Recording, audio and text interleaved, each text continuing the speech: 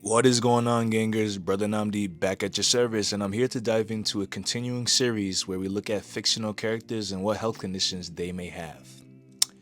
If you'd like to stay caught up with this series, please make sure you subscribe to my channel.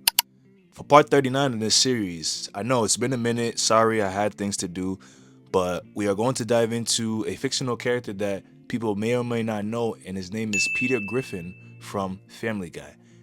I decided to use obesity to describe Peter Griffin's condition. Let's first dive into what obesity actually is. Obesity is basically a medical condition that means excessive body fat that increases the risk of health problems. This is a disease that affects how the body regulates energy, hormones, and metabolism. Now, how do you measure obesity? It's what we call body mass index, aka BMI. That would be your weight divided by your height squared. Here's a list of BMI categories for adults. Unfortunately, BMI does not factor into waist circumference, body fat percentage, muscle mass, or overall health markers. What causes obesity? A lot of things such as medication, stress, sleep deprivation, hormonal disorders, genetics, physical inactivity, and your diet. What are common signs of obesity? Maybe excessive sweating, skin issues, low self-esteem, depression, body image distress, high blood pressure and cholesterol, high blood sugar. You might be snoring in your sleep for all I know. And excessive weight gain and stretch marks even. One may even have shortness of breath when they're doing mild activities. So guys, how does this correlate to Peter Griffin? Peter Griffin is a chronic overeater. He is frequently eating large portions, binging junk foods, eats late at night, and consumes high caloric meals without portion control. This would lead to long-term weight gain. We all know Peter's Irish, and he has an excessive alcohol consumption, and he's regularly drinking beer at the Drunken Clam.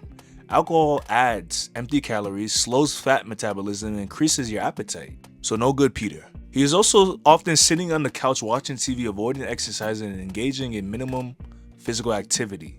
That's gonna promote obesity, guys. He is constantly showing impulsive activity. Have you noticed Peter eats for pleasure rather than hunger? My goodness. I also want to highlight the risks associated with obesity. Obesity increases the risk of type 2 diabetes, high blood pressure, heart diseases, stroke, sleep apnea, joint problems, and some cancers even. If we're looking at treatment, nutrition has to be a priority. Emphasis on whole foods, vegetables, fruits, lean protein, and whole grains. Reduce processed foods and sugary drinks, and portion control. We want to also put emphasis on physical activity, at least 150 minutes per week of moderate exercising. That could include walking, cycling, swimming, dancing, something like that.